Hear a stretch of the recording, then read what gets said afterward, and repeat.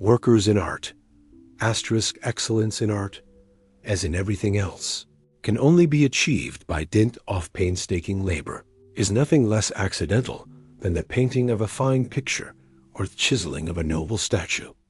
Every skilled touch of the artist's brush or chisel, though guided by genius, is the product of unremitting study. Sir Joshua Reynolds was such a believer in the force of industry that he held that artistic excellence, however expressed by genius, taste, or the gift of heaven, may be acquired. Writing to Barry, he said, "Whoever is resolved to excel in painting, or indeed any other art, must bring all his mind to bear upon that one object from the moment that he rises till he goes to bed." And on another occasion he said, "Those who are resolved to excel must go to their work, willing or unwilling, morning, noon, and night. They will find it no play, but very hard labor." Beautiful diligent application is no doubt absolutely necessary for the achievement of the highest distinction in art. It is equally true that without the inborn genius, no amount of mere industry, however well applied, will make an artist. The gift comes by nature, but is perfected by self-culture, which is of more avail than all the imparted education of the schools. Some of the greatest artists have had to force their way upward in thefts of poverty and manifold obstructions. Illustrious instances will at once flash upon the reader's mind. Claude Lorraine, the pastry cook; Tintoretto, the dyer; the two Caravaggios, the one a color grinder, the other a mortar carrier at the Vatican; Salvatore Rosa, the associate of bandits; Giotto, the peasant boy; Zingaro, the gypsy; Cavidone, turned out of doors to beg by his father; Canova, the stone cutter. These and many other well-known artists succeeded in achieving distinction by severe study and labor under circumstances the most adverse. Nor have the most distinguished artists of our own country been born in a position of life more than ordinarily favorable to the culture of artistic genius. Gainsborough and Bacon were the sons of cloth-workers. Barry was an Irish sailor boy, and Maclise a banker's apprentice at Cork. Opie and Rungney, like Inigo Jones, were carpenters. West was the son of Asmal Quaker farmer in Pennsylvania. Northcote was a watchmaker, Jackson a tailor, and Eddy a printer. Reynolds, Wilson, and Wilkie were the sons of clergymen. Lawrence was the son of a publican, and Turner of a barber. Several of our painters, it is true, originally had some connection with art, though in a very humble way, such as Flaxman, whose father sold plaster casts; Bird, who ornamented tea trays; Martin, who was a coach painter; Wright and Gilpin, who were ship painters; Chantry, who was a carver and gilder; and David Cox, Stanfield, and Roberts, who were seen painters. It was not by luck or accident that these men achieved distinction, but by sheer industry and hard work. Though some achieved wealth, yet this was rarely, if ever, the ruling motive. Indeed, no mere love of money could sustain the efforts of the artist in his early career of self-denial and application. The pleasure of the pursuit has always been its best reward, the wealth which followed but an accident. Many noble-minded artists have preferred following the bent of their genius to chaffering with the public for terms. Spagnoletto verified in his life the beautiful fiction of Xenophon, and after he had acquired the means of luxury, preferred withdrawing himself from their influence, and voluntarily returned to poverty and labor. When Michael Angelo voiced his opinion respecting a work which a painter had taken great pains to exhibit for profit, he said, "I think that he will be a poor fellow so long as he shows such an extreme eagerness to become rich." Like Sir Joshua Reynolds, Michael Angelo was a great believer in the force of labor, and he held that there was nothing which the imagination that could not be embodied in marble if the hand were made vigorously to obey the mind. He was himself one of the most indefatigable of workers, and he attributed his power of studying for a greater number of hours than most of his contemporaries to his spare habits of living. A little bread and wine was all he required for the chief part of the day when employed at his work, and very frequently Harris in the middle of the night to resume his labors. On these occasions, it was his practice to fix the candle, by the light of which chiseled on the summit of a pasteboard cap which he wore. Sometimes he was too wearied to undress, and he slept in his clothes ready to spring to his work so soon as refreshed by sleep. He had a favorite device of an old man in a go-cart, with an hourglass upon it bearing the inscription, _ancora imparo_. Still I am learning. Titian also was an indefatigable worker. His celebrated Pietro Martiri was 8 years in hand, and his Last Supper 7. In his letter to Charles V, he said, "I send your Majesty the Last Supper." After working at it almost daily for 7 years dopo 7 anni quasi, continuament . Few think of the patient labor and long training involved in the greatest works of the artist. They seem easy and quickly accomplished, yet with how great difficulty has the ease been acquired. "You charge me 50 sequins," said the Venetian nobleman to the sculptor, "for a bust that cost you only 10 days' labor." "You forget," said the artist, "that I have been 30 years learning to make that bust in 10 days. Once, when Domenichino was blamed for his slowness in finishing a picture which was bespoken, he made answer, 'I am continually painting it within myself.' It was eminently characteristic of the industry of the late Sir Augustus Calcott that he made not fewer than 40 separate sketches in the composition of his famous picture of Rochester. This constantiation is one of the main conditions of success in art, as in life itself, no matter how generous nature has been in bestowing the gift of genius. The pursuit of art is nevertheless a long and continuous labor. Many artists have been precocious, but without diligence their precocity would have come to nothing. The anecdote related of West is well known.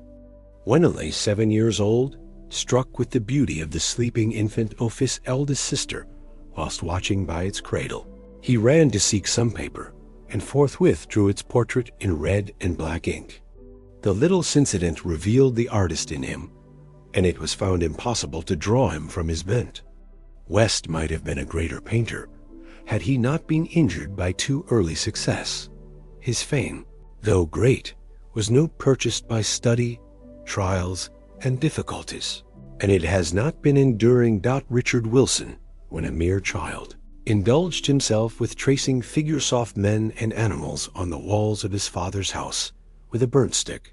He first directed his attention to portrait painting, but when in Italy, calling one day at the house of Zuccarelli, and growing weary with waiting, he began painting the scene on which his friend's chamber window looked. When Zuccarelli arrived, he was so charmed with the picture, Faith asked if Wilson had not studied landscape, to which he replied that he had not. "Then I advise you," said the other, "to try, for you are sure of great success." Wilson adopted the advice, studied and worked hard, and became our first great English landscape painter. Sir Joshua Reynolds, when a boy, forgot his lessons and took pleasurely in drawing, for which his father was accustomed to rebuke him. The boy was destined for the profession of physic, but his strong instinct for art could not be repressed, and he became a painter. Gainsborough and sketching, when a schoolboy, in the woods of Sudbury, and at 12 was a confirmed artist. He was a keen observer and a hard worker, a picturesque feature of any scene he had once looked upon, escaping his diligent pencil. William Blake, a hosier's son, employed himself in drawing designs on the backs of his father's shop bills and making sketches on the counter. Edward Bird, when a child only 3 or 4 years old, would mount a chair and draw figures on the walls, which heckled French and English soldiers. A box of colors was purchased for him, and his father, desirous of turning his love art to account, puffed him apprentice to a maker of tea trays. Out of this trade he gradually raised himself, by study and labor, to the rank of a Royal Academician. Hogarth, though a very dull boy at his lessons, took pleasure in making drawings of the letters of the alphabet, and his school exercises were more remarkable for the ornaments with which he embellished them than for the matter of the exercises themselves. In the latter respect he was beaten by all the blockheads of the school, but in his adornments has stood alone. His father put him apprentice to a silversmith, where he learned to draw, and also to engrave spoons and forks with crests and ciphers. From silver chasing, he went on to teach himself engraving on copper, principally griffins and monsters of heraldry. In the course of which practice, he became ambitious to delineate the varieties of human character. The singular excellence which he reached in this art was mainly the result of careful observation and study. He had the gift, which he sedulously cultivated, of committing to memory the precise features of any remarkable face, and afterwards reproducing them on paper. But if any singularly fantastic form or outer face came in his way, he would make a sketch of it on the spot, upon his thumbnail, and carry it home to expand at his leisure. Everything fantastical and original had a powerful attraction for him, and he wandered into man-out-of-the-way places for the purpose of meeting with character. By this careful storing of his mind, he was afterwards enabled to crowd an immense amount of thought and treasured observation into his works. Hence it is that Hogarth's pictures are so truthful a memorial of that character, the manners, and even the very thoughts of the times in which lived. True painting, he himself observed, can only be learnt in one school, and that is kept by nature. But he was not a highly cultivated man, except in his own walk. His school education had been of the slenderest kind, scarcely even perfecting him in the art of spelling. His self-culture did the rest. For a long time he was in very straitened documents, but nevertheless worked on with a cheerful heart. Poor how he was, he contrived to live within his small means, and had boasted, with becoming pride, that he was a punctual paymaster. When he had conquered all his difficulties and become a famous and thriving man, he loved to dwell upon his early labors and privations, and to fight over again the battle which ended so honorably to him as a man and so gloriously as an artist. "I remember the time," said he on one occasion, "when I have gone moping into the city with scarce a shilling, but as soon as I have received 10 guineas there for a plate, I have returned home, put on my sword, and sallied out with all the confidence of a man who had thousands in his pockets." Industry and perseverance was the motto of the sculptor Banks, which he acted on himself and strongly recommended to others. His well-known kindness induced many aspiring youths to call upon him and ask for his advice and assistance. And it is related that one day a boy called at his door to see him with this object, but the servant, angry at the loud knock he had given, scolded him and was about sending him away, when Banks, overhearing her, himself went out. The little boy stood at the door with some drawings in his hand. "What do you want with me?" asketh sculptor. "I want, sir, if you please, to be admitted to draw at the academy." Banks explained that he himself could not procure his admission, but he asked to look at the boy's drawings. Examining them, he said, "Time enough for the academy, my little man. Go home, mind your schooling. Try to make a better drawing of the Apollo, and in a month come again and let me see it." The boy went home, sketched, and worked with redoubled diligence, and at the end of the month called again on the sculptor. The drawing was better, but again Banks sent him back with good advice to work and study. In a week the boy was again at his door, his drawing much improved, and Banks bid him be of good cheer, for if spared he would distinguish himself. The boy was more ready, and the sculptor's augury was amply fulfilled. The fame of Claude Lorraine is partly explained by his indefatigable industry. Born at Champagne, in Lorraine, of poor parents, he was first apprenticed to a pastry cook. His brother, who was a woodcarver, afterwards took him into his shop to learn that trade. Having there shown indications of artistic skill, a traveling dealer persuaded the brother to allow Claude to accompany him to Italy.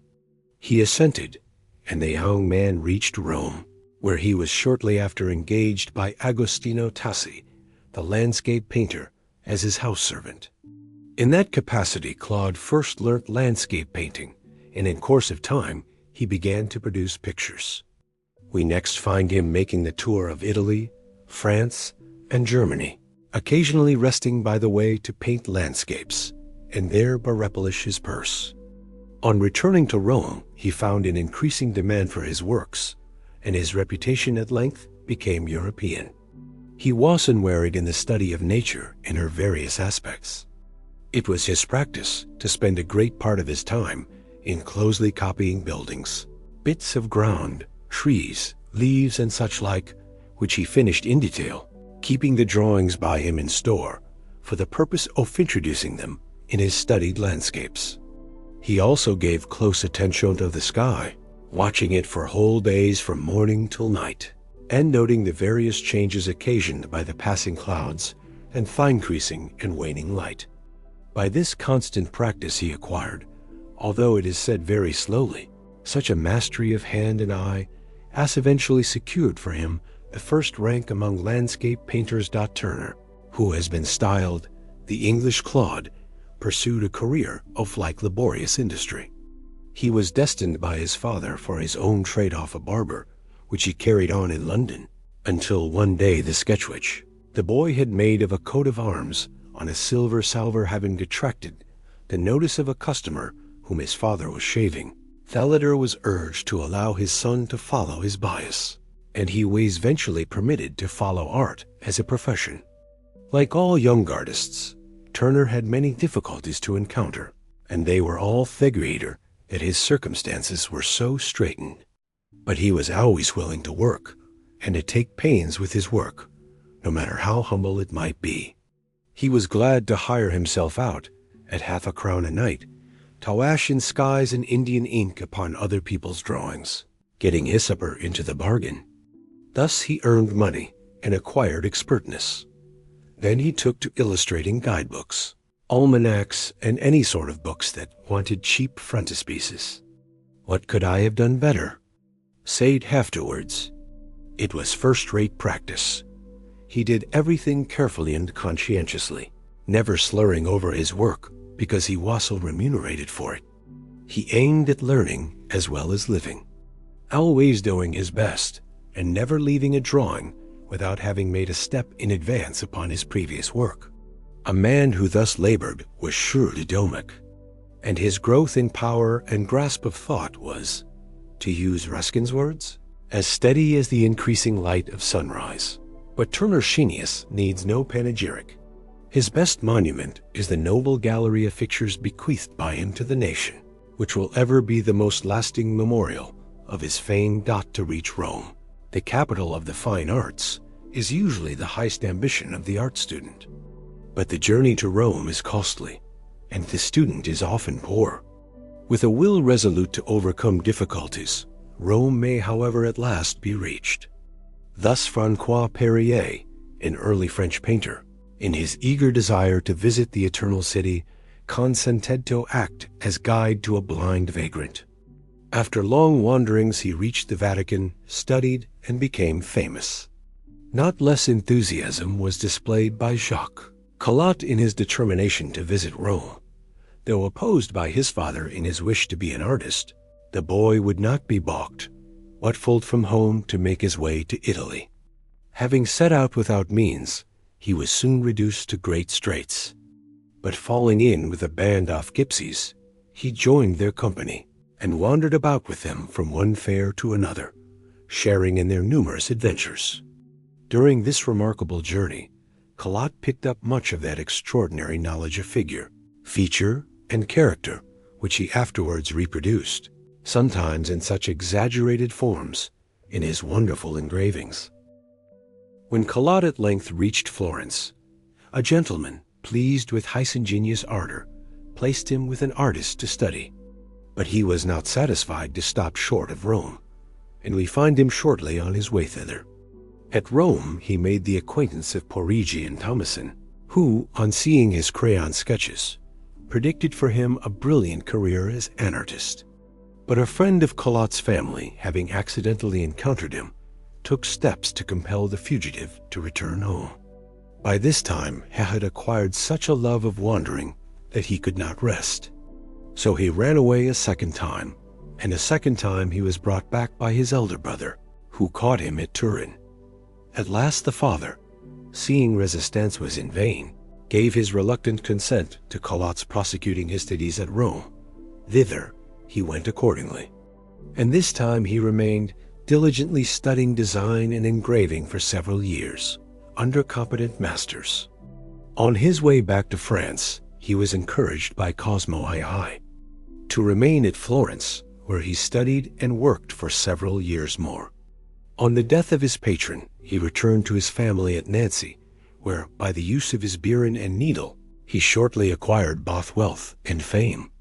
When Nancy was taken by siege during the Civil Wars, Claude was requested by Richelieu to make a design and engraving of Thevant, but the artist would not commemorate the disaster which had befallen his native place, and he refused point blank. Richelieu could not shake his resolution and threw him into prison. There Claude met with some of his old friends, the gypsies, who had relieved his wants on his first journey to Rome. When Louis XIII heard of his imprisonment, he not only released him, but offered to grant him any favor he might ask. Claude immediately requested that his old companions, the gypsies, might be set free and permitted to beg in Paris without molestation. This odd request was granted on condition that Claude should engrave their portraits, and hence his curious book of engravings entitled The Beggars. Louis is said to have offered Claude a pension of 3,000 livres provided he would not leave Paris. But the artist was now too much of a bohemian and prized his liberty too highly to permit him to accept it, and he returned to Nancy, where he worked till his death. His industry may be inferred from the number of his engravings and etchings, of which left not fewer than 1,600. He was especially fond of grotesque subjects, which he treated with great skill. His free etchings, touched with the graver, being executed with especial delicacy and wonderful minuteness. Still more romantic and adventurous was the career of Benvenuto Cellini, the marvelous gold worker, painter, sculptor, engraver, engineer, and author. His life, as told by himself, is one of the most extraordinary photographs ever written. Giovanni Cellini, his father, was one of court musicians to Lorenzo de' Medici at Florence, and his highest ambition concerning his son Benvenuto was that he should become an expert player on the flute. But Giovanni, having lost his appointment, found it necessary to send his son to learn some trade, and he was apprenticed to a goldsmith. The boy had already displayed a love of drawing and of art, and applying himself to his business, he soon became a dexterous workman. Having got mixed up in a quarrel with some of the townspeople, he was banished for 6 months, during which period he worked with a goldsmith at Siena, gaining further experience in jewelry and gold-working. His father, still insisting on his becoming a flute player, Benvenuto continued to practice on the instrument, though he detested it. His chief pleasure was in art, which he pursued with enthusiasm. Returning to Florence, he carefully studied the designs of Leonardo da Vinci and Michael Angelo, and still further to improve himself in gold-working, he went on foot to Rome, where he met with a variety of adventures. He returned to Florence with the reputation of being a most expert worker in precious metals, and his skill was soon in great request. But being of an irascible temper, he was constantly getting into scrapes, and was frequently under the necessity of flying for his life. Thus he fled from Florence in the disguise of a friar, again taking refuge at Siena, and afterwards at Rome.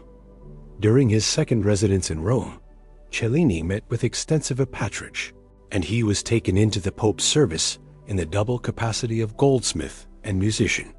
He was constantly studying and improving himself by acquaintance with the works of the best masters.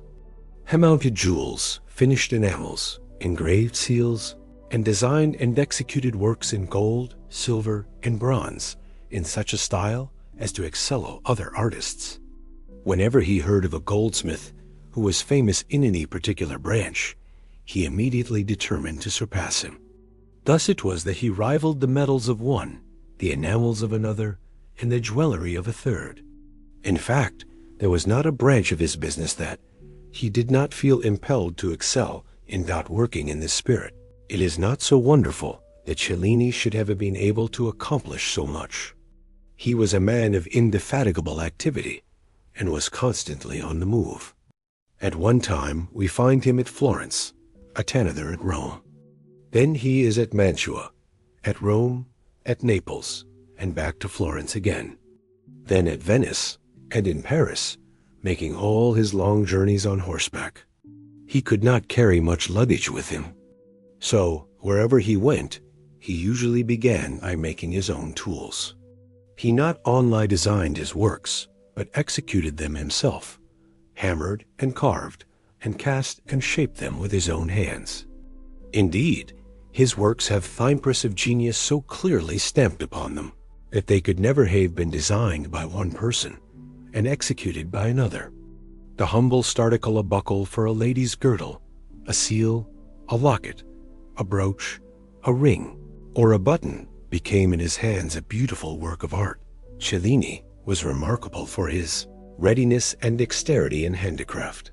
One day, a surgeon entered the shop of Raffaello del Moro, the goldsmith, to perform an operation on his daughter's hand. On looking at the surgeon's instruments, Cellini, who was present, found them rude and clumsy, as they usually were in those days, and he asked the surgeon to proceed no further with the operation for a quarter of an hour. He then ran to his shop, and taking a piece of the finest steel, wrought out of it a beautifully finished knife, with which the operation was successfully performed. Among the statues executed by Cellini, the most important are the silver figure of Jupiter, executed at Paris for Francis I, and the Perseus, executed in bronze for the Grand Duke Cosmo of Florence. He also executed statues in marble of Apollo, Hyacinthus, Narcissus, and Neptune. The extraordinary incidents connected with the casting of the Perseus were peculiarly illustrative of the remarkable character of the man, the Grand Duke having expressed a decided opinion that the model, when shown to him in wax, could not possibly be cast in bronze. Cellini was immediately stimulated by the predicted impossibility, not only to attempt, but to do it. He first made the clay model, baked it, and covered it with wax, which he shaped into the perfect form of a statue. Then, coating the wax with a sort of earth, he baked the second covering, during which the wax dissolved and escaped, leaving the space between thicker layers for the reception of the metal. To avoid disturbance, the latter process was conducted in a pit dug immediately under the furnace, from which the liquid metal was to be introduced by pipes and a purchasing-to, the mold prepared for it. Cellini had purchased and laid in several loads of pine wood, in anticipation of the process of casting, which now began. The furnace was filled with pieces of brass and bronze, and the fire was lit. Terracinous pine wood was soon in such a furious blaze that the shop took fire, and part of the roof was burnt, while at the same time the wind blowing and the rain filling on the furnace kept down the heat and prevented the metals from melting. For hours Cellini struggled to keep up the heat, continually throwing in more wood, until at length he became so exhausted and ill that he feared he should die before the statue could be cast. He was forced to leave to his assistants the pouring in of the metal when melted, and betook himself to his bed. While those about him were condoling with him in his distress, a workman suddenly entered the room, lamenting that poor Benvenuto's work was irretrievably spoiled. On hearing this, Cellini immediately sprang from his bed and rushed to the workshop, where he found the fire so much gone down that the metal had again become hard. Sending across to a neighbor for a load of young oak, which had been more than a year in drying, he soon had the fire blazing again, and the metal melting and glittering. The wind was, however, still blowing with fury, and the rain falling heavily. So To protect himself, Cellini had some tables with pieces of tapestry and old clothes brought to him, behind which he went on hurling the wood into the furnace. A massive pewter was thrown in upon the other metal, and by stirring, sometimes with iron and sometimes with long poles, the whole soon became completely melted. At this juncture, when the trying moment was close at hand, a terrible noise as of a thunderbolt was heard, and a glittering of fire flashed before Cellini's eyes. The cover of the furnace had burst, and the metal began to flow. Finding that it did not run with the proper velocity, Cellini rushed into the kitchen, bore away every piece of copper and pewter that it contained, some 200 porringers, dishes, and kettles of different kinds, and threw them into the furnace. Then at length the metal flowed freely, and thus the splendid statue of Perseus was cast, the divine fury of genius in which Cellini rushed to his kitchen and stripped it of its utensils for the purposes of his furnace, will remind the reader of the like act of Palissy in breaking up his furniture for the purpose of baking his earthenware. Excepting, however, in their enthusiasm, no two men could be less alike in character. Cellini was an Ishmael against whom, according to his own account, every man's hand was turned. But about his extraordinary skill as a workman and his genius as an artist, there cannot be two opinions, much less turbulent, was the career of Nicolas Poussin. A man as pure and elevated in his ideas of art as he was in his daily life, and distinguished alike for his vigor of intellect, his rectitude of character, and his noble simplicity. He was born in a very humble station, at Andelys, near Rouen, where his father kept a small school. The boy had the benefit of his parents' instruction, such as it was, but off that he is said to have been somewhat negligent, preferring to spend his time in covering his lesson books and his slate with drawings. A country painter, much pleased with his sketches, besought his parents not to thwart him in his tastes. The painter agreed to give Poussin lessons, and he soon made such progress that his master had nothing more to teach him. Becoming restless and desirous of further improving himself, Poussin, at the age of 18, set out for Paris, painting signboards on his way for a maintenance dot at Paris. A new world of art opened before him, exciting his wonder and stimulating his emulation. He worked diligently in many studios, drawing, copying, and painting pictures. After a time, he resolved, if possible, to visit Rome and set out on his journey. But he only succeeded in getting as far as Florence, and again returned to Paris. A second attempt which he made to reach Rome was even less successful. For this time he only got as far as Lyons. He was, nevertheless, careful to take advantage of all opportunities for improvement which came in his way, and continued as sedulous as before in studying and working. Thus 12 years passed, years of obscurity and toil, of failures and disappointments, and probably of privations. At length, Poussin succeeded in reaching Rome. There he diligently studied the old masters, and especially the ancient statues, with whose perfection he was greatly impressed. For some time he lived with the sculptor Duquesnoy, as poor as himself, and assisted him in modeling figures after the antique dot. With him, he carefully measured some of the most celebrated statues in Rome, more particularly the Antinous, and it is supposed that this practice exercised considerable influence on the formation of his future style. At the same time he studied anatomy, practiced drawing from the life, and made a great store of sketches of postures and attitudes of people whom he met, carefully reading at his leisure such standard books in art as he could borrow from his friends. During all this time he remained very poor, satisfied to be continually improving himself. He was glad to sell his pictures for whatever they would bring. One of a prophet he sold for 8 livres, and another, The Plague of the Philistines, he sold for 60 crowns, a picture afterwards bought by Cardinal de Richelieu for 1,000. To add to his troubles, he was stricken by a cruel malady, during the helplessness occasion by which the Chevalier del Pozo assisted him with money. Fourthest Gentleman Poussin afterwards painted the Rest in the Desert, a fine picture, which far more than repaid the advances made during Hisselness. The brave man went on toiling and learning through suffering. Still aiming at higher things, he went to Florence and Venice, enlarging the range of his studies. The fruits of his conscientious labor at length appeared in the series of great pictures which he now began to produce.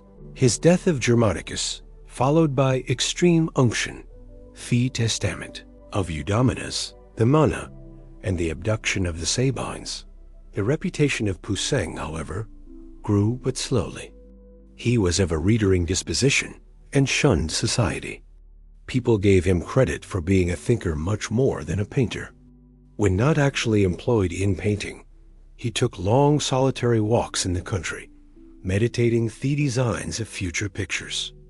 One of his few friends while at Rome was Claude Lorraine, with whom he spent many hours at a time on the terrace of La Trinité-du-Mont, conversing about art and antiquarianism. The monotony and the quiet of Rome were suited to his taste, and provided Hecold earn a moderate living by his brush.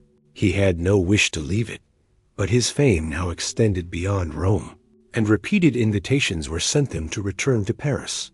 He was offered the appointment of principal painter to the king.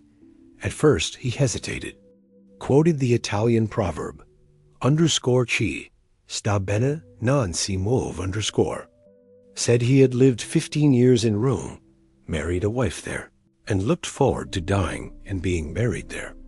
Urged again, he consented and returned to Paris, but his appearance there awakened much professional jealousy, and he soon wished himself back in Rome again. While in Paris, he painted some of his greatest works, his Saint Xavier, the Baptism, and the Last Supper. He was kept constantly at work. At first, he did whatever he was asked to do, such as designing frontispieces for the royal books, more particularly a Bible and a Virgil, cartoons for the Louvre, and designs for tapestry. But at length he expostulated. "It is impossible for me," he said to M. de Chanteloup, "to work at the same time at frontispieces for books, at a Virgin, at a picture of the Congregation of St. Louis, at the various designs for the gallery, and finally at designs for the royal tapestry. I have only one pair of hands and a feeble head, and can neither be helped, nor can my labors be lightened by another." Annoyed by the enemies his success had provoked, and whom he was unable to conciliate, he determined, at the end of less than 2 years' labor in Paris, to return to Rome. Again settled there in his humble dwelling on Mont Pincio, he employed himself diligently in the practice of his art during the remaining years of his life, living in great simplicity and privacy. Though suffering much from the disease which afflicted him, he solaced himself by study, always striving after excellence. "In growing old," he said, "I feel myself becoming more and more inflamed with the desire of surpassing myself, reaching the highest degree of perfection." Thus toiling, struggling, and suffering, Poussin spent his later years. He had no children. His wife died before him. All his friends were gone, so that in his old age he was left absolutely alone in Rome, so full of tombs, and died there in 1665, bequeathing to his relatives at Andelys the savings of his life, amounting to about 1,000 crowns, and leaving behind him, as a legacy to his race, the great works of his genius. The career of Ary Scheffer furnishes one of the best examples in modern times of a like high-minded devotion to art. Born at Dordrecht, the son of a German artist, he early manifested an aptitude for drawing and painting, which his parents encouraged. His father dying while he was still young, his mother resolved, though her means were but small, to remove the family to Paris, in order that her son might obtain the best opportunities for instruction. Their young Scheffer was placed with Guérin the painter, but his mother's means were too limited to permit him to devote himself exclusively to study. She had sold the few jewels she possessed, and refused herself every indulgence, in order to forward the instruction of her other children. Under such circumstances, it was natural that Ary should wish to help her. and by the time he was 18 years of age, he began to paint small pictures of simple subjects, which met with a ready sale at moderate prices. He also practiced portrait painting, at the same time gathering experience and earning honest money. He gradually improved in drawing, coloring, and composition. The baptism marked a new epoch in his career, and from that point he went in advancing, until his fame culminated in his pictures illustrative O Faust, his Francisca de Rimini, Christ the Consoler, the Holy Women, Saint Monica, and Saint Augustine, and many other noble works. The amount of labor, thought, and attention, says Mrs. Grote, which Schoeffer brought to the production of the Francisca must have been enormous. In truth, his technical education having been so imperfect, he was forced to climb the steep of art by drawing upon his own resources. And thus, whilst his hand was at work, his mind was engaged in meditation. He had to try various processes of handling and experiments in coloring, to paint and repaint with tedious and unremitting acidity. But nature had endowed him with that which proved in some sort an equivalent for shortcomings of a professional kind. His own elevation of character and his profound sensibility aided him in acting deep in the feelings of others through the medium of the pencil. 173. One of the artists whom Schoeffer most admired was Flaxman, and he once said to a friend, "If I have unconsciously borrowed from anyone in the design of the Francisca, it must have been from something I had seen among Flaxman's drawings." John Flaxman was the son of a humble seller of plaster, casts in New Street, Covent Garden. When a child, he was such an invalid that it was his custom to sit behind his father's shop, counterpropped by pillows, amusing himself with drawing and reading. A benevolent clergyman, the Rev. Mr. Matthews, calling at the shop one day, saw the boy trying to read a book, and on inquiring what it was, found it to be a Cornelius Nepos, which his father had picked up for a few penseat a bookstall. The gentleman, after some conversation with the boy, said that was not the proper book for him to read, but that he would bring him one. The next day he called with translations of Homer and Quixote, which the boy proceeded to read with great avidity. His mind was soon filled with the heroism which breathed through the pages of former, and, with the stucco Ajaxes and Achilleses about him, ranged along the shop shelves, the ambition took possession of him, that he too will design and embody in poetic forms those majestic heroes. Like all youthful efforts, his first designs were crude. The proud father one day showed some of them to Roubiliac the sculptor, who turned it from them with a contemptuous shaw. But the boy had the right stuffing him. He had industry and patience, and he continued to labor incessantly at his books and drawings. He then tried his young powers in modeling figures in plaster of Paris, wax, and clay. Some of these early works are still preserved, not because of their merit, but because they are curious as the first healthy efforts of patient genius. It was long before the boy could walk, and he only learned to do so by hobbling along upon crutches. At length he became strong enough to walk without them. The kind Mr. Matthews invited him to his house, where his wife explained Homer and Milton to him. They helped him also in his self-culture, giving him lessons in Greek and Latin, the study of which he prosecuted at home. By dint of patience and perseverance, his drawing improved so much that obtained a commission from a lady to execute 6 original drawings in black chalk of subjects in Homer, his first commission. What an event in the artist's life!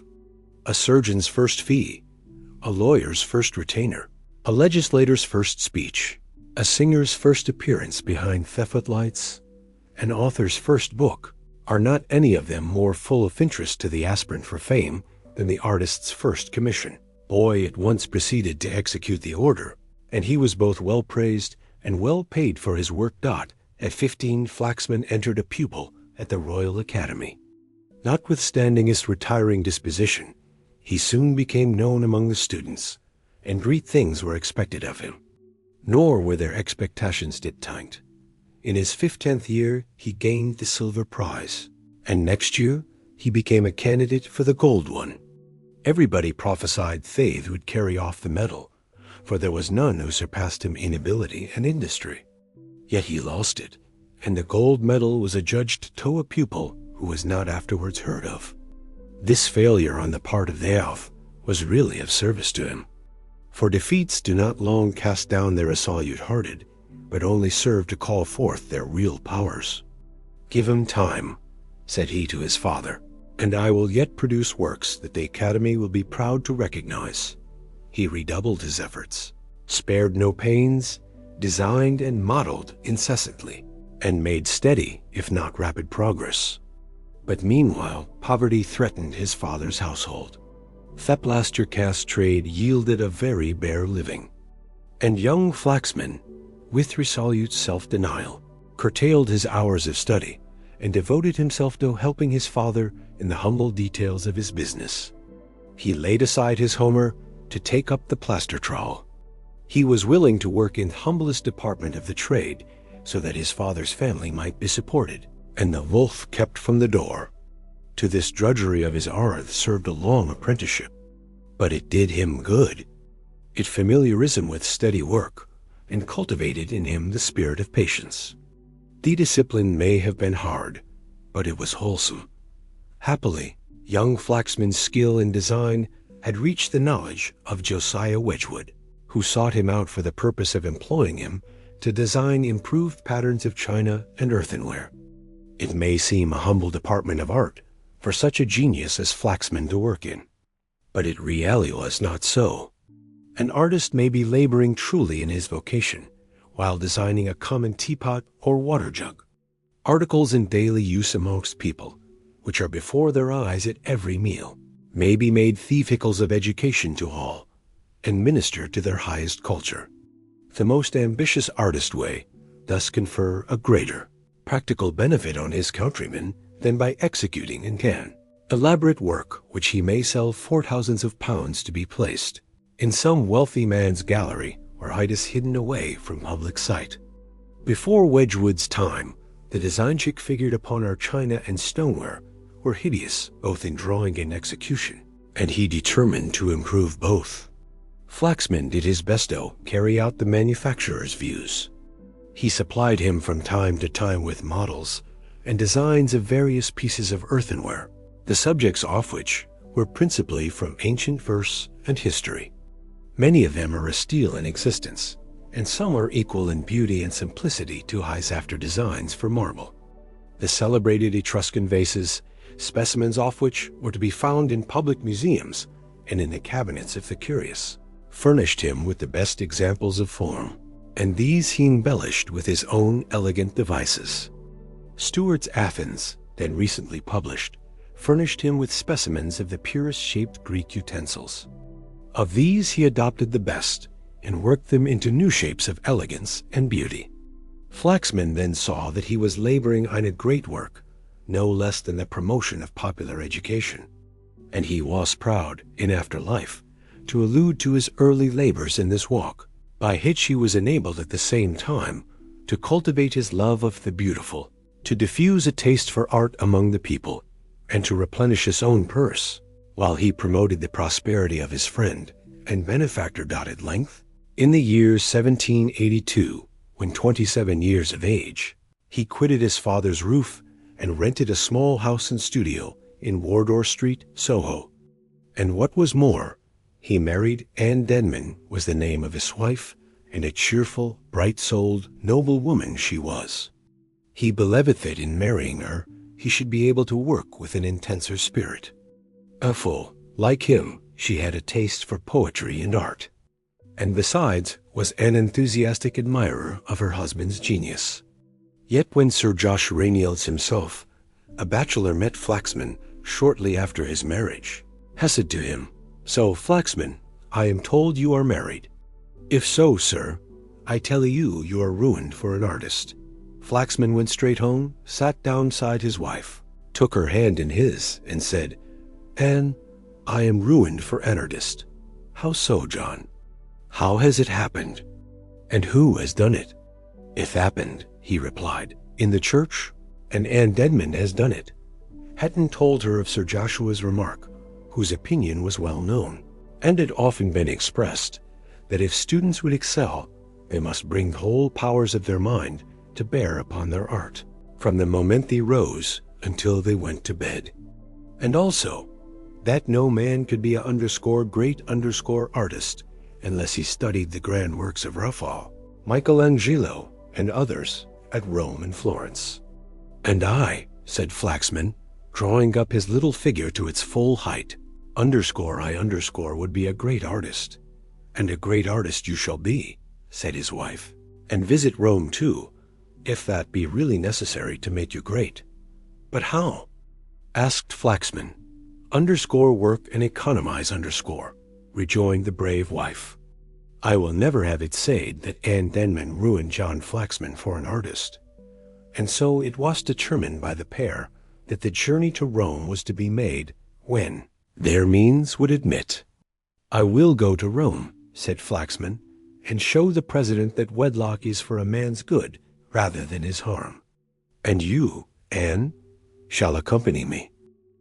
Patiently and happily, the affectionate couple plodded on during 5 years in their humble little home in Wardour Street, always with the long journey to Rome before them. It was never lost sight of for a moment, and not a penny was uselessly spent that could be saved towards the necessary expenses. They said no word to anyone about their project, solicited no aid from the Academy, but trusted only to their own patient labor, and loved to pursue and achieve their object. During this time, Flaxman exhibited very few works. He could not afford marble to experiment in original designs, but he obtained frequent commissions for monuments, by the profits of which he maintained himself. He still worked for Wedgwood, who was a prompt paymaster, and on the whole, he was thriving, happy, and hopeful.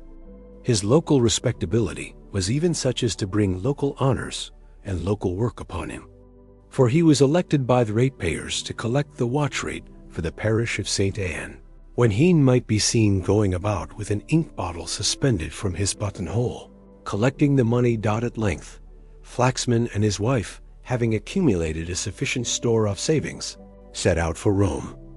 Arrived there, he applied himself diligently to study, maintaining himself, like other poor artists, by making copies from the antique. English visitors sought his studio and gave him commissions, and it was then that he composed his beautiful De Zig Illustrative of Homer, Gilles, and Dante. The price paid for them was moderate, only 15 shillings apiece. But Flaxman worked for art as well as money, and the beauty of the designs brought him other friends and patrons. He executed Cupid and Aurora for the munificent Thomas Hope, and the Fury of Athanas for the Earl of Bristol.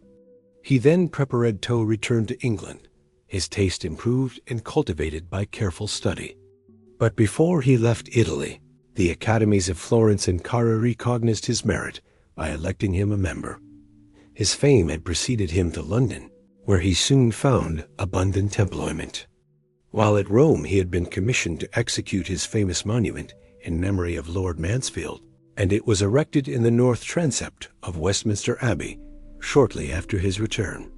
It stands there in majestic grandeur, a monument to the genius of Flaxman himself, calm, simple, and severe. No wonder that Banks, the sculptor, then in the heyday of his fame, exclaimed when he saw it, "This little man cuts useful out." When the members of the Royal Academy heard of Flaxman's return, and especially when they had an opportunity of seeing and admiring his portrait statue of Mansfield, they were eager to have him enrolled among their number. He allowed his name to be proposed in the candidates' list of associates, and was immediately elected. Shortly after, he appeared in an entirely new character.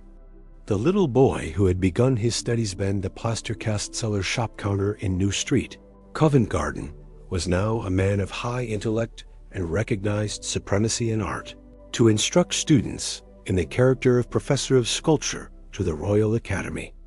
And no man better deserved to fill that distinguished edifice, for none is so able to instruct others as he who, for himself and by his own efforts, has learnt to grapple with and overcome difficulties, After a long, peaceful, and happy life, Flaxman found himself growing old.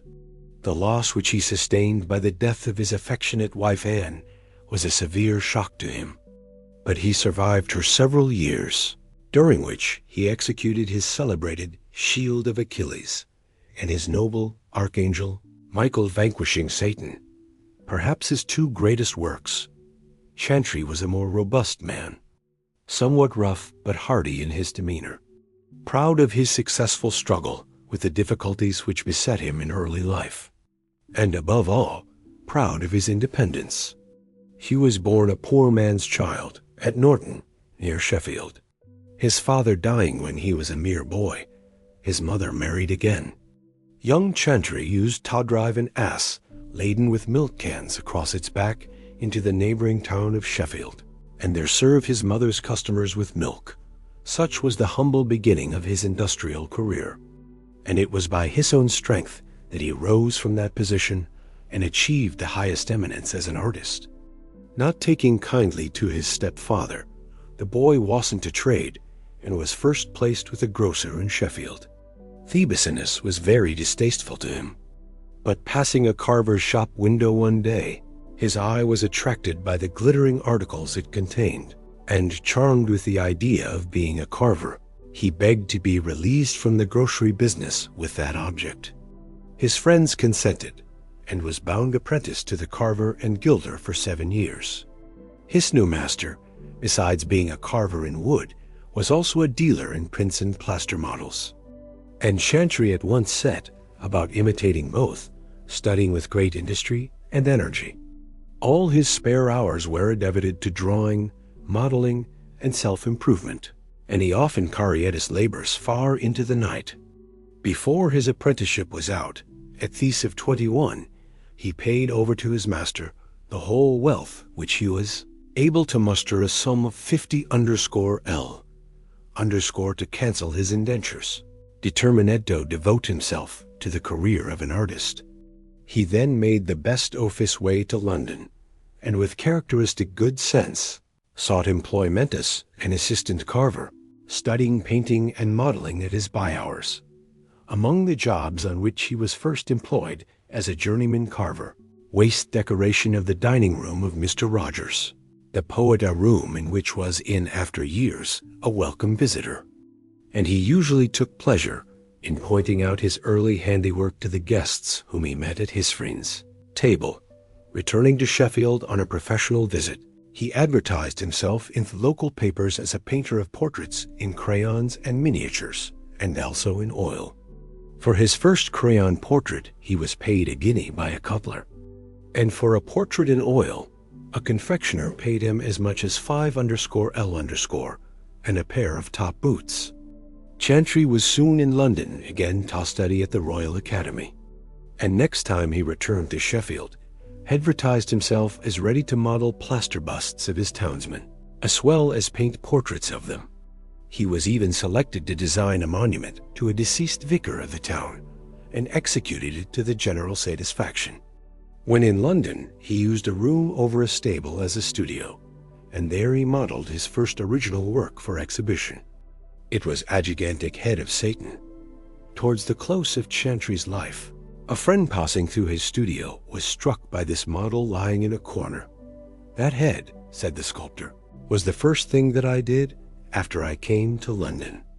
I worked at it in a garret with a paper cap on my head, and as I could then afford only one candle, I stuck that one in my cap that it might move along with me, and give me light whichever way it turned." Flaxman saw and admired this head at the Academy exhibition, and recommended Chantry for the execution of the busts of 4 admirals, required for the Naval Asylum at Greenwich. This commission led to others, and painting was given up. But for 8 years before, he hadn't earned 5_ by his modeling. His famous head of Horntook was a success that, according to his own account, it brought him commissions amounting to 12,000_L. Chantry had now succeeded, but he had worked hard and fairly earned his good fortune. He was selected from amongst 16 competitors to execute the statue of George III, for the city of London.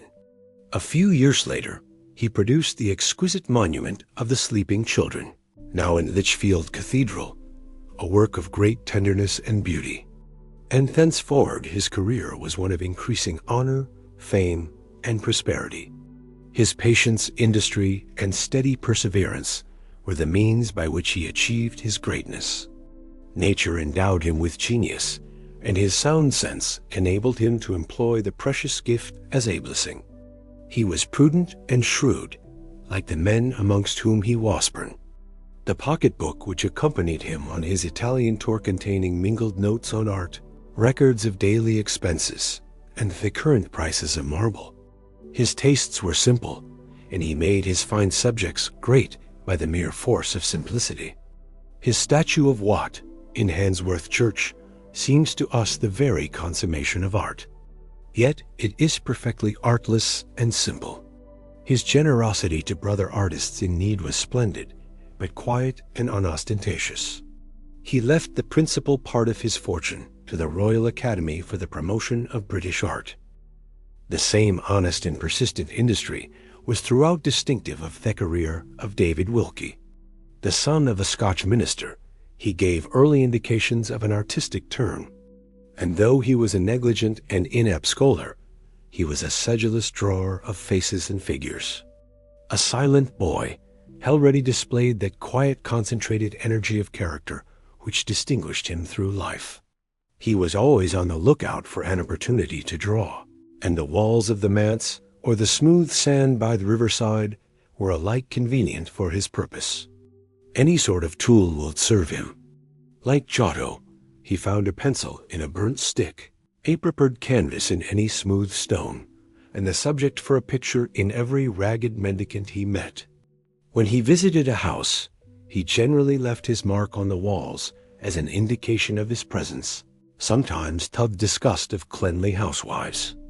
In short, notwithstanding the aversion of his father, the minister, to the sinful profession of painting, Wilkie's strong propensity was not to be thwarted, and he became an artist, working his way manfully up the steep of difficulty, though rejected on his first application as a candidate for admission to the Scottish Academy. At Edinburgh, on account of the rudeness and inaccuracy of his introductory specimens, he persevered in producing better until he was admitted. But his progress was slow. He applied himself diligently to the drawing of the human figure, and held on with the determination to succeed, as if with a resolute confidence in their salt.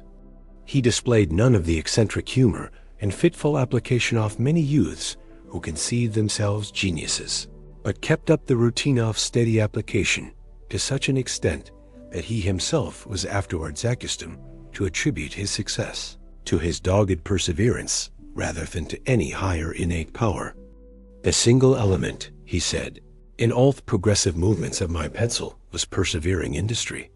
At Edinburgh, he gained a few premiums, thought of turning his attention to portrait painting, with a view to its higher and more certain remuneration, but eventually went boldly into the line in which he earned his fame, and painted his pitilessly fair.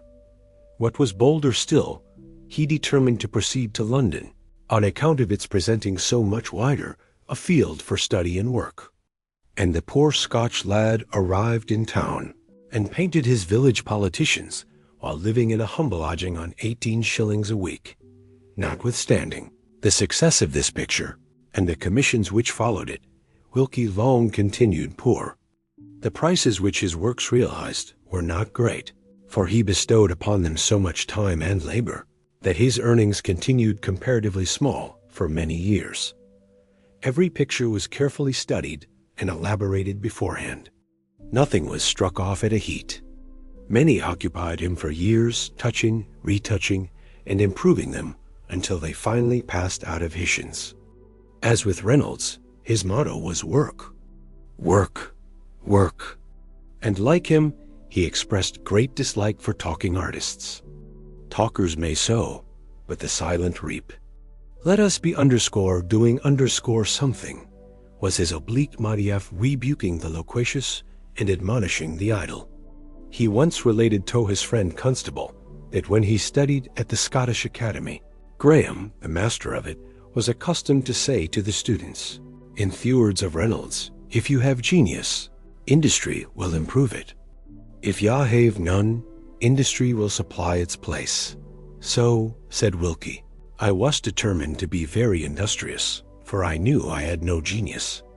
He also told Constable that when Linnell and Burnett, his fellow students in London, were talking about art, he always contrived to get as close to them as he could to hear all they said. "For," said he, "they know a great deal, and I know very little." This was said with perfect sincerity, for Wilkie was habitually modest. One of the first things that he did with the sum of £30 which he obtained from Lord Mansfield for his village politicians was to buy a present of bonnets, shawls, and dresses for his mother and sister at home, though but little able to afford it at the time. Wilkie's early poverty had trained him in habits of strict economy, which were, however, consistent with a noble liberality, as appears from sundry passages in the autobiography of Abraham Rambach, the engraver. William Eddy was another notable instance of unflagging industry and indomitable perseverance in art.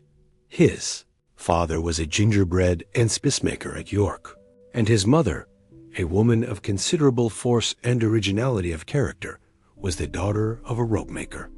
The boy early displayed a love of drawing, covering walls, floors, and tables with specimens of his skill, his first crayon being a farthing's worth off chalk, and this giving place to a piece of coal or a bit of charred stick.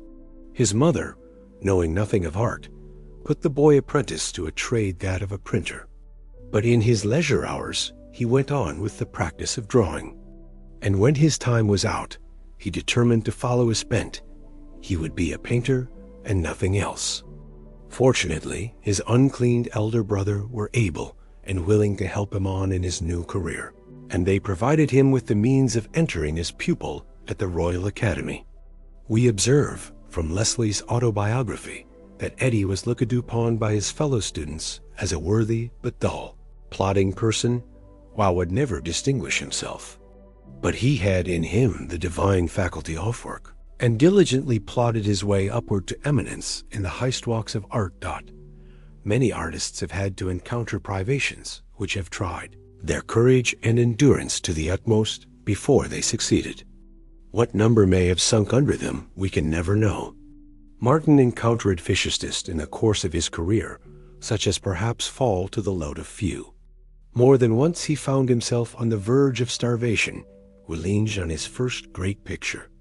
It is related of him that on any occasion he found himself reduced to his last shilling bright shilling, which he had kept because of its very brightness, but at length found it necessary to exchange it for bread.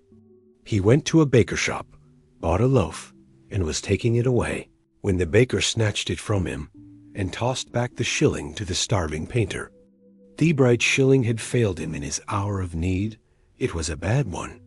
Returning to his lodgings, he rummaged his trunk for some remaining crusto, satisfy his hunger. Upheld throughout by the victorious power of enthusiasm, he pursued his design with unsubdued energy.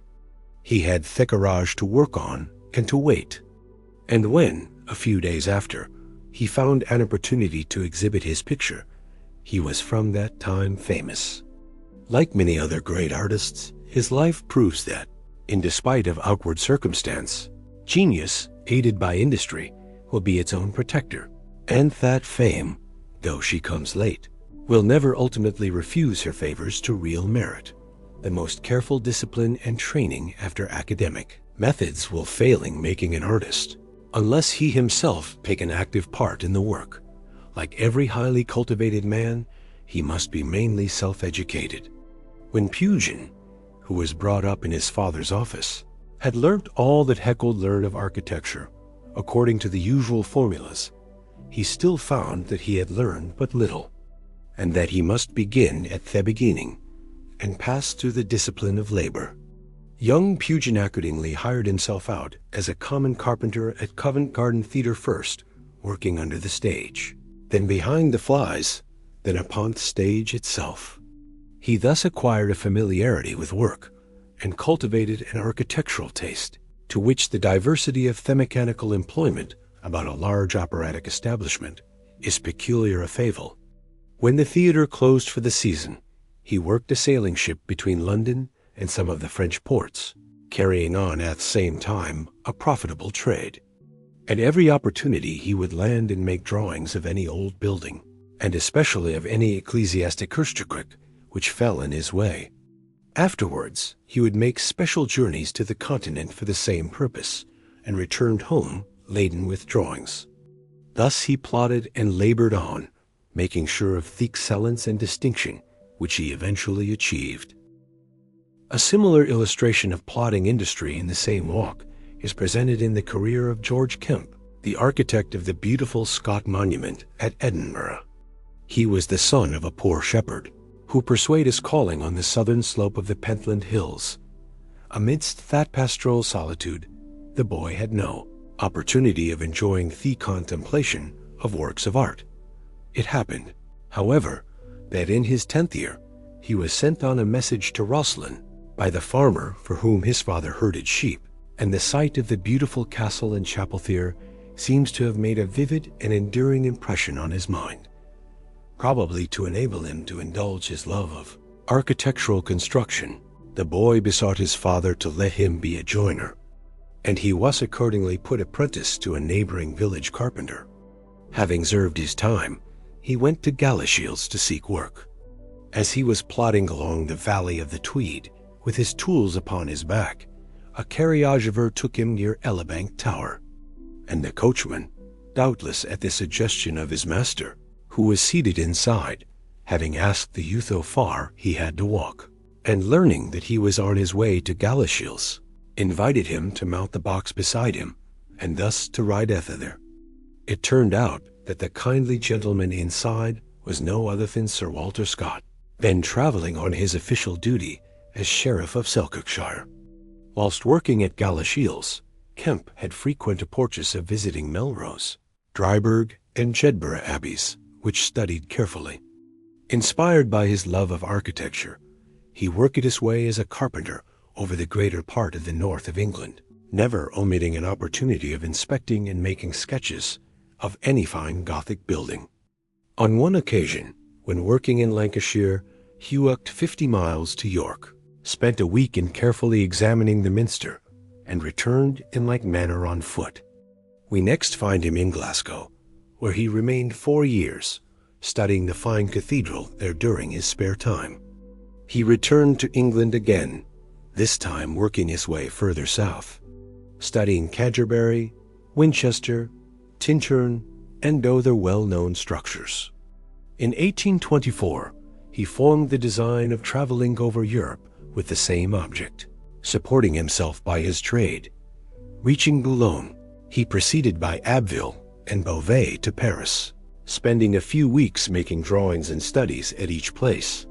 His skill as a mechanic, and especially his knowledge of millwork, readily secured him employment wherever he went, and he usually chose the site office employment in the neighborhood of some fine old Gothic structure, in studying which he occupied his leisure. After a year's working, travel, and study abroad, he returned to Scotland. He continued his studies and became a proficient in drawing and perspective. Melrose was his favorite ruin, and he produced several elaborate drawings of the building, one of which, exhibiting it in a restored state, was afterwards engraved. He also obtained employment as a modeler of architectural designs, and made drawings for a work begun by an Edinburgh engraver, after the plan of Britain's cathedral antiquities. This was a task congenial to his tastes, and he labored at it with an enthusiasm which ensured its rapid advance. Walking on foot for the purpose over half Scotland, and living as an ordinary mechanic, whilst executing drawings which would have done a credit to the best masters in the art, the projector of the work having died suddenly. The publication was, however, stopped, and Kemp sought other employment. Few knew of the genius of this man, for he was exceedingly taciturn and habitually modest when the committee of the Scott Monument offered a prize for the best design. The competitors were numerous, including some of the greatest names in classical architecture. But the design unanimously selected was that of George Kemp, who was working at Kilwinning Abbey in Ayrshire, many miles off, when the letter reached him intimating the decision of the committee. Poor Kemp! Shortly after this event, he met an untimely death, and did not live to see the first result of his indefatigable industry and self-culture embodied in stone, one of the most beautiful and appropriate memorials ever erected to literary genius. John Gibson was another artist full of a genuine enthusiasm and love for his art, which placed him high above those sordid temptations which urge meaner natures to make time the measure of profit. He was born at Chiffin, near Conway, in North Wales, the son of a gardener. He early showed indications of his talent by the carvings in wood which he made by means of a common pocket knife. And his father, noting the direction of his talent, sent him to Liverpool and bound him apprentice to a cabinet macaron wood carver. He rapidly improved at his trade, and some of his carvings were much admired. He was thus naturally led to sculpture, and when 18 years old, he modeled a small figure of Time in wax, which attracted considerable notice. The Messrs. Francis, sculptors, of Liverpool, having purchased the boy's indentures, took him as their apprentice for 6 years, during which his genius displayed itself in many original works. From thence he proceeded to London, and afterwards to Rome, and his fame became European. Robert Thorburn, the Royal Academician, like John Gibson, was born of poor parents. His father was a shoemaker at Dumfries. Besides Robert there were 2 other sons, one of whom is a skillful carver in wood. One day a lady called at the shoemaker's and found Robert, then a mere boy, engaged in drawing upon a stool which served him for a table. She examined his work, and observing his abilities, interested herself in obtaining for him some employment in drawing, and enlisted in his behalf the services of others who could assist him in prosecuting the study of art. The boy was diligent, painstaking, staid, and silent, mixing little with his companions, and forming but few intimacies. About the year 1830, some gentlemen of the town provided him with the means of proceeding to Edinburgh, where he was admitted as student at the Scottish Academy. There he had the advantage of studying under competent masters, and the progress which he made was rapid.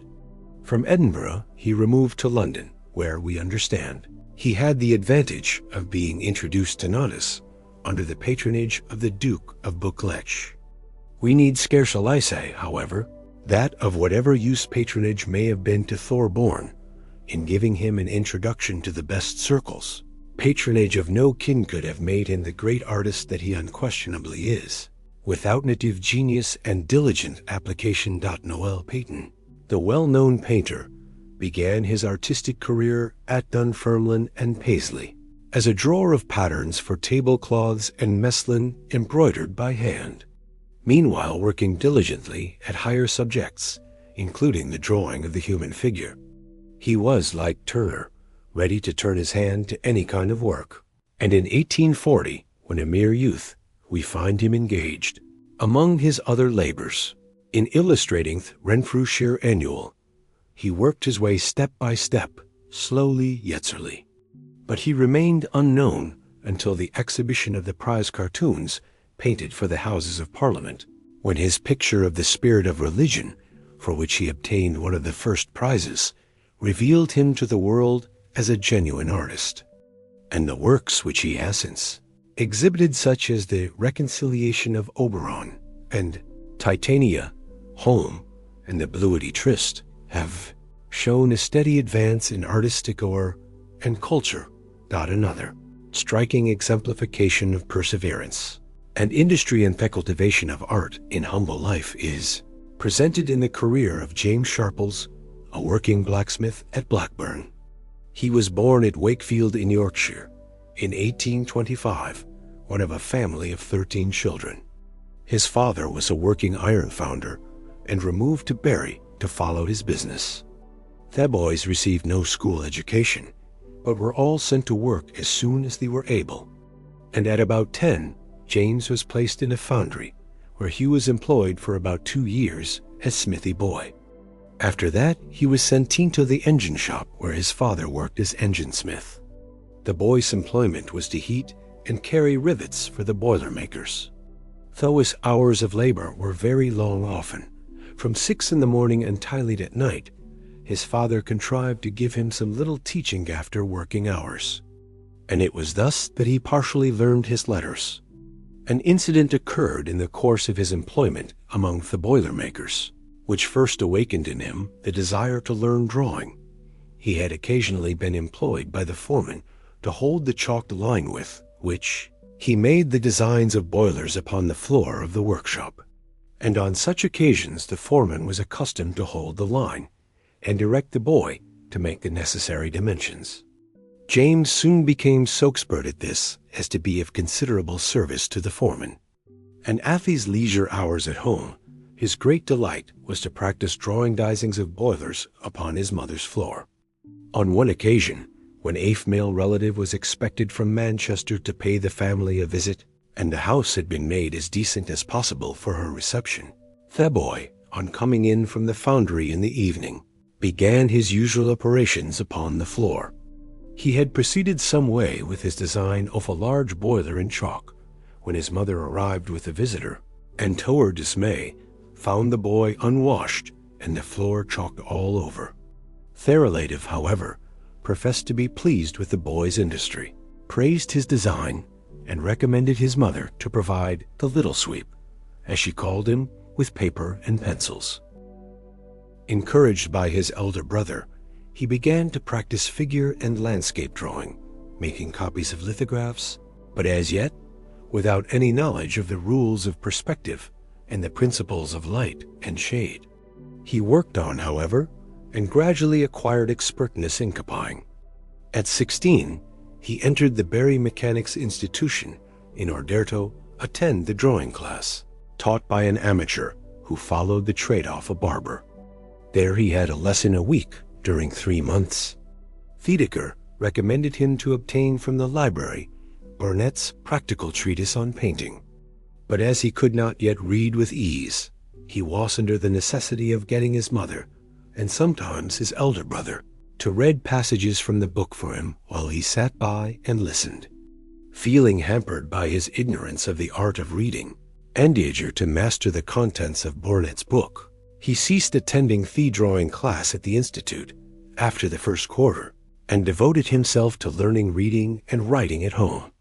In this he soon succeeded, and when he again entered the Institute and took out Burnett a second time, he was not only able to read it, but to make written extracts for further use. So ardently did he study the volume that he used to rise at 4 o'clock in the morning to read it and copy out passages. After which he went to the foundry at 6, worked until 6 and sometimes 8 in the evening, and returned home to enter with freshest upon the study of Burnett, which he continued often until a late hour. Parts of his nights were also occupied in drawing and making copies of drawings. On one of these, a copy of Leonardo da Vinci's Last Supper, he spent an entire night. He went to bed indeed, but his mind was so engrossed with the subject that he could not sleep, and rose again to resume his pencil. He next proceeded to try his hand at painting in oil, for which purpose he procured some canvas from a draper, stretched it on a frame, coated it over with white lead, and began painting on it with colors bought from a Hoo's painter. But his work proved a total failure, for the canvas was raw and knotty, and the paint would not dry. In his extremity he applied to his old teacher, the barber, from whom he first learnt that prepared canvas was to be had, and that there were colors and varnishes made for the special purpose of oil painting. As soon, therefore, as his means would allow, he bought a small stock of the necessary articles, and began afresh his amateur master, showing him how to paint. And the pupil succeeded so well that he excelled the master's copy. His first picture was a copy from an engraving called Sheep Shearing, and was afterward sold by him for half a crown. Aided by a shilling guide to oil painting, he went on working at his leisure hours, and gradually acquired a better knowledge of his materials. He made his own easel and palette knife, and paint chest. He bought his paint, brushes, and canvas, as he could raise the money by working overtime. This was the slender fund which his parents consented to allow him for the purpose, the burden of supporting a very large family precluding them from doing more. Often would walk to Manchester and back in the evenings to buy 2 or 3 shillings worth of paint and canvas, returning almost at midnight after his 18 miles walk, sometimes wet through and completely exhausted, but borne up throughout by his inexhaustible hope and invincible determination. The further progress of the self-taught artist is best narrated in his own words, as communicated by him in a letter to Thothor. "The next pictures I painted," he says, "were a landscape by moonlight, a fruit piece, and 1 or 2 others. After which I conceived the idea of painting the forge. I had for some time thought about it, but had not attempted to embody the conception in a drawing. I now, however, made a sketch of the subject upon paper, and then proceeded to paint it on canvas. The picture simply represents the interior of a large workshop, as I have been accustomed to work in, although not of any particular shop. It is, therefore, to this extent, an original conception. Having made an outline of the subject, I found that, before I could proceed with it successfully, a knowledge of anatomy was indispensable to enable me accurately to delineate the muscles of the figures. My brother Peter came to my assistance at this juncture, and kindly purchased for me Flaxman's Anatomical Studies, a work altogether beyond my means at that time, for it cost 24 shillings. This book I looked upon as a great treasure, and I studied it laboriously, rising at 3 o'clock in the morning to draw after it, and occasionally getting my brother Paterdo stand for me as a model at that untimely hour. Although I gradually improved myself by this practice, it was some time before I felt sufficient confidence to go on with my picture. I also felt hampered by my want of knowledge of perspective, which I endeavored to remedy by carefully studying Brooke Taylor's principles, and shortly after I resumed my painting. While engaged in the study of perspective at home, I used to apply for and obtain leave to work at the heavier kinds of smithwork at the foundry, and for this reason, the time required for heating the heaviest iron work is so much longer than that required for heating the lighter, that it enabled me to secure a number of spare minutes in the course of the day, which I carefully employed in making the diagrams in perspective upon the sheet iron casing in front of the hearth at which I worked. Thus assiduously working and studying, James Sharples steadily advanced in his knowledge of the principles of art, and acquired greater facility in its practice. Some 18 months after the expiry of his apprenticeship, he painted a portrait of his father, which attracted considerable notice in the town, as also did the picture of the forge, which he finished soon after. His success in portrait painting obtained for him a commission from the foreman of the shop to paint the Family group, and Sharples executed it so well that the foreman not only paid him the agreed price of 18 pounds, but 30 shillings to boot. While engaged on this group, he ceased to work at the foundry, and he had thoughts of giving up his trade altogether and devoting himself exclusively to painting. He proceeded to paint several pictures, amongst others a head of Christ, an original conception, life-size, and a view of Barry, but not obtaining sufficient employment at portraits to occupy his time, or give him the prospect of a steady income.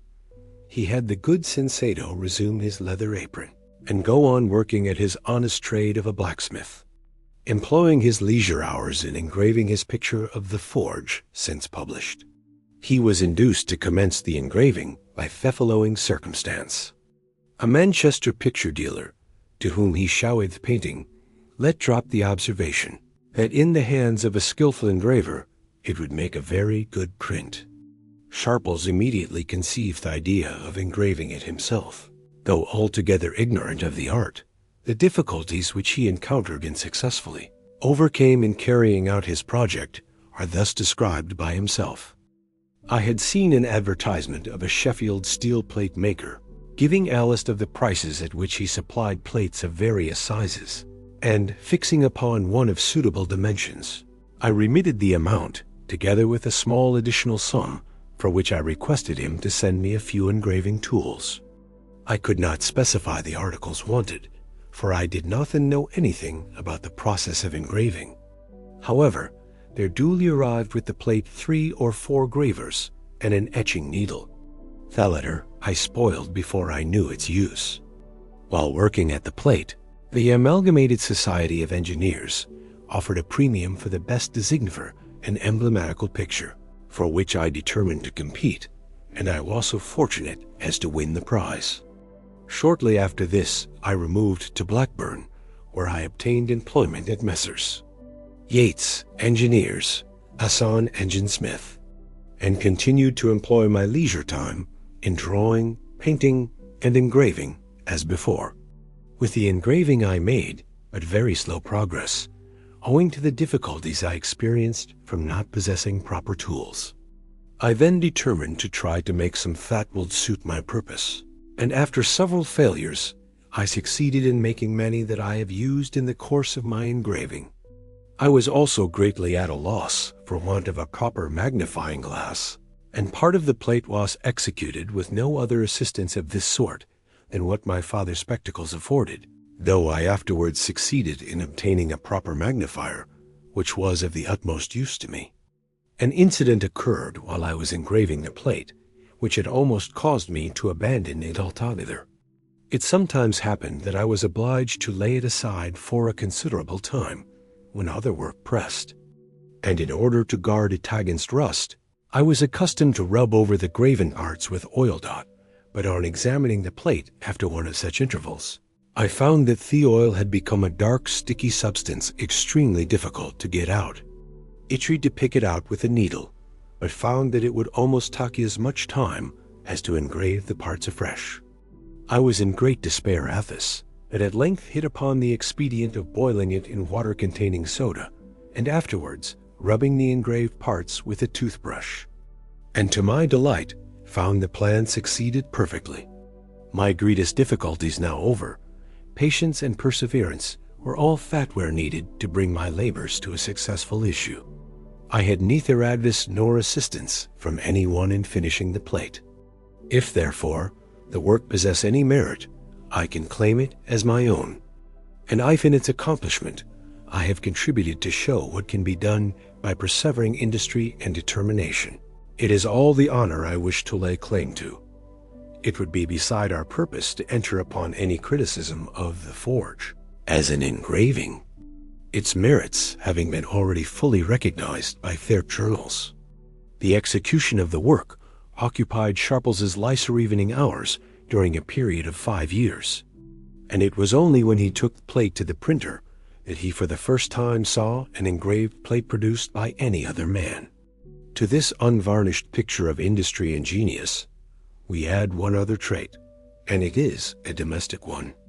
I have been married 7 years, says he, and during that time my greatest pleasure, after I have finished my daily labor at the foundry, has been to resume my pencil or graver, frequently until a late hour of the evening, my wife meanwhile sitting by my side, and reading to me from some interesting book, a simple but beautiful testimony to the thorough common sense as well as the genuine right-heartedness of this most interesting and deserving workman. The same industry and application which we have found to be necessary in order to acquire excellence in painting and sculpture are equally required in the sister art of music, the one being the poetry of form and color, the other of the sounds of nature. Handel was an indefatigable, constant worker. He was never cast down by defeat, but his energy seemed to increase the more that adversity struck him. When a prey to his mortifications as an insolvent debtor, he did not give way for armament, but in 1 year produced his soul, Israel, the music for Dryden's Ode, his 12 grand concertos, and the opera of Jupiterian, Argos, among the finest of his works. As his biographer says of him, he braved everything, and by his unaided self accomplished the work of 12 men.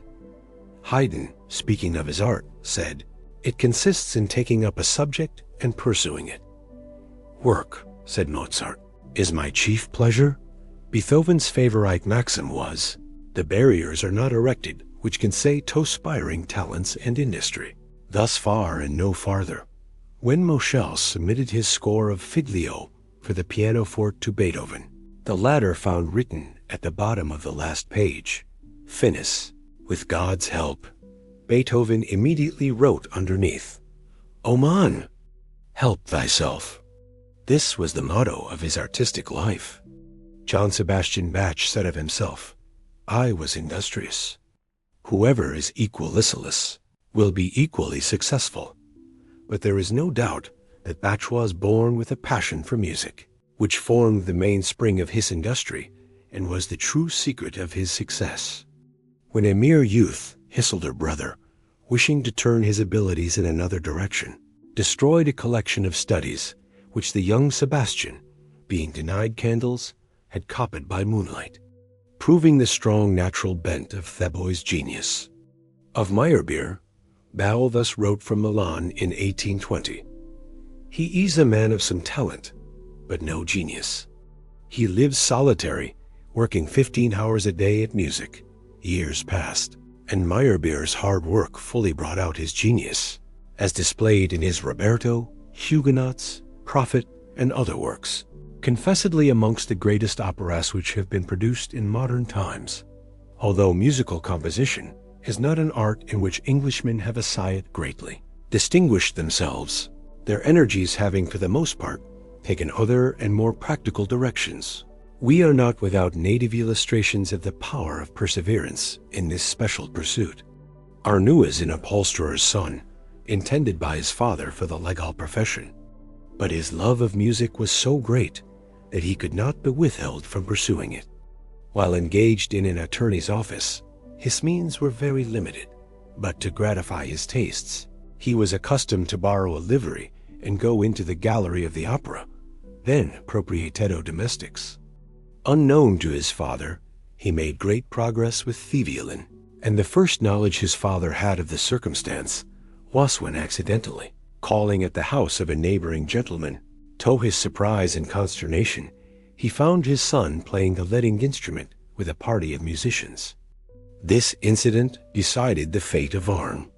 His father offered no further opposition to his wishes, and Theuer thereby lost a lawyer, but gained a musician of much taste and delicacy of feeling, who added many valuable works to our stores of English music.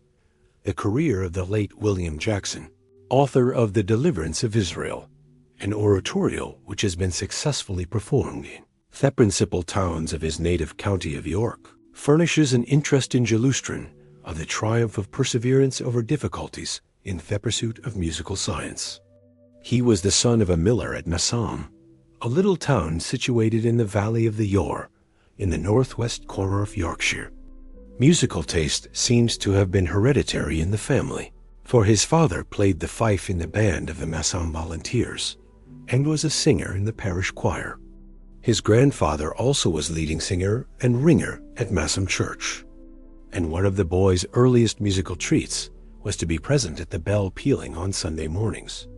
During the service, his wonder was still more excited by the organist Perforfan on the barrel organ, the doors of which were thrown open beyond to let the sound fully into the church, by which the stops, pipes, barrels, staples, keyboard, and jacks were fully exposed, to few wonderment of the little boys sitting in the gallery behind, and to none more than our young musician. At 8 years of age, he began to play upon his father's old fife, which, however, would not sound D. But his mother remedied the difficulty by buying for him a one-keyed flute, and shortly after, a gentleman of the neighborhood presented him with a flute with 4 silver keys.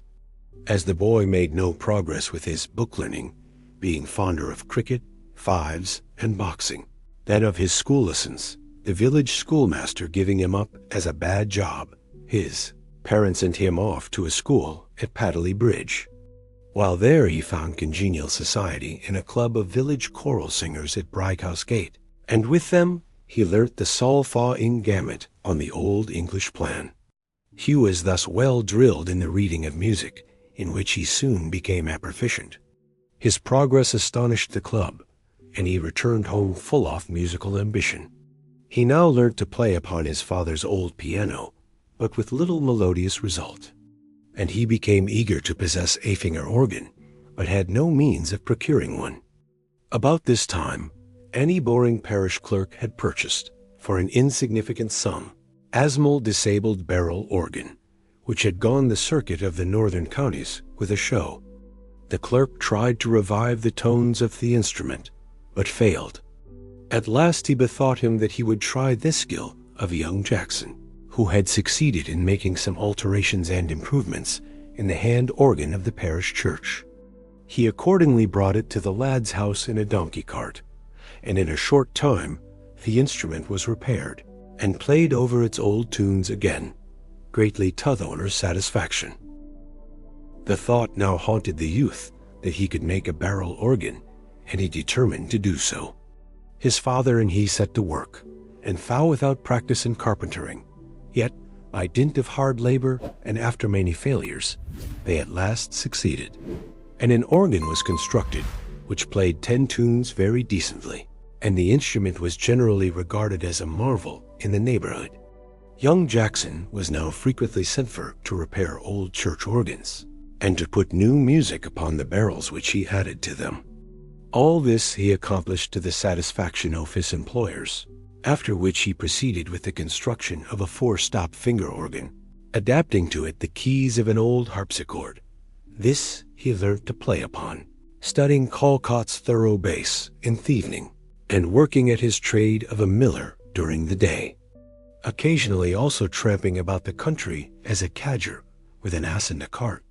During summer he worked in the fields, at turnip time, hay time, and harvest, but was never without the solace of music in his leisure evening hours.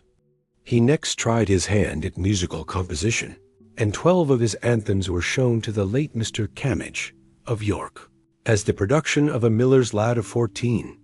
Mr. Cammage was pleased with them, marked the objectionable passages, and returned them with the encouraging remark that they did the youth great credit, and that he must go on writing. A village band having been set on foot at Massang, young Jackson joined it, and was ultimately appointed leader. He played all the instruments by turns, and thus acquired a considerable practical knowledge of Heisart. He also composed numerous tunes for the band. A new finger organ having been presented to the parish church, he was appointed the organist. He now gave up his employment as a journeyman miller, and commenced tallow chandling, still employing his spare hours in the study of music. In 1839 he published his first anthem, "For Joy Let Fertile Evilly Sing," and in the following year he gained the first prize from the Huddersfield Glee Club for his Sisters of the Lee. His other anthem, "God Be Merciful to Us," and the 103rd Psalm, written for a double chorus and orchestra, are well known. In the midst of these minor works, Jackson proceeded with the composition of his oratorio, "The Deliverance of Israel from Babylon." His practice was to jot down a sketch of the ideas as they presented themselves to his mind, and to write them out in scory in the evenings. After he had left his work in the candle-shop, his oratorio was published in parts in the course of 1844-5, and had published the last chorus on his 29th birthday. The work was exceedingly well received, and has been frequently performed with much success in the northern towns. Mr. Jackson eventually settled as a professor of music at Bradford, where he contributed in no small degree to the cultivation of the musical taste of that town and its neighborhood. Some years since, he had the honor of leading his fine company of Bradford choral singers before Her Majesty at Buckingham Palace, on which occasion, as well as at the Crystal Palace, some choral pieces of his composition were performed with great effect. 201. Such is a brief outline of the career of a self-taught musician, whose life affords but another illustration of the power of self-help, and the force of courage and industry in enabling a man to surmount and overcome early difficulties and obstructions of no ordinary kind. But seek first the kingdom of God and his righteousness, and all these things shall be added to you. Matthew 6:33. May the Lord bless you and guide you in every good work.